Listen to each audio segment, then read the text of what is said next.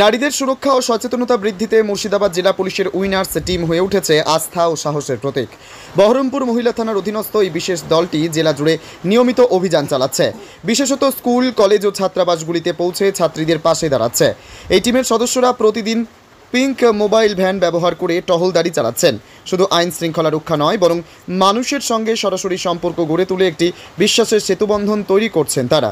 পথচারী, শিক্ষার্থী ও সাধারণ নারীদের সঙ্গে কথাবার্তা বলে তাদের ফোন নম্বর আদান প্রদান করে জরুরি পরিস্থিতিতে দ্রুত সহায়তার আশ্বাস দিচ্ছেন উইনার্স সদস্যরা। এই উদ্যোগে একদিকে যেমন নারীরা সাহস পাচ্ছেন, অন্যদিকে অপরাধ দমনেও ইতিবাচক প্রভাব পড়ছে বলে জানা গেছে পুলিশ সূত্রে।